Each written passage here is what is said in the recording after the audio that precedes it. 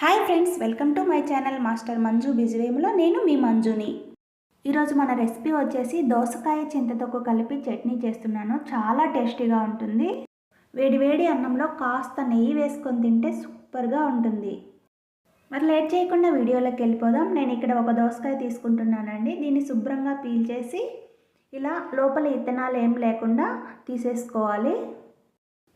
ఇలా అన్ని ఇత్తనాలను తీసేసి సన్నగా కట్ చేసుకొని పక్కన పెట్టుకోవాలి.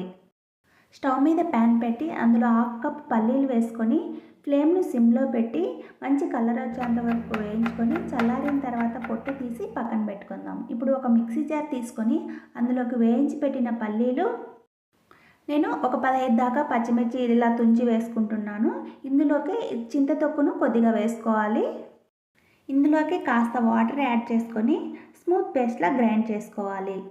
చింతకాయ తొక్కులో ఆల్రెడీ సాల్ట్ ఉంటుందండి, చూసుకొని వేసుకోవాలి. ఇలా స్మూత్గా పేస్ట్ చేసుకున్నాక అందులోకి కాస్త దోసకాయ ముక్కలు వేసి దీన్ని కూడా స్మూత్గా గ్రైండ్ చేసుకుందాం.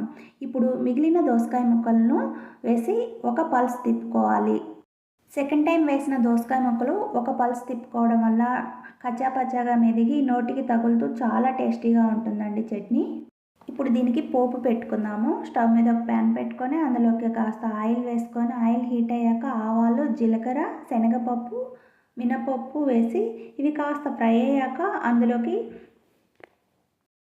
క్రష్ చేసి పెట్టుకున్న వెల్లుల్లి రెబ్బలు, ఎండుమిర్చి, కరివేపాకు వేసి వీటిని మంచి కలర్ వచ్చేంత వరకు వేయించుకోవాలి. పోపు ఎప్పుడైనా ఎర్రగా వేయించుకుంటే చట్నీ చాలా టేస్టీగా ఉంటుంది. చూడండి, మనకు బాగా ఎర్రగా వేగిపోయింది కదా. ఇప్పుడు దీన్ని చట్నీలో వేసి ఒకసారి బాగా మిక్స్ చేసుకొని వేడి వేడి అన్నంలో ఈ చట్నీ వేసుకొని తింటే సూపర్గా ఉంటుంది. ప్లీజ్ మన ఛానల్ని లైక్ చేసి సబ్స్క్రైబ్ చేసి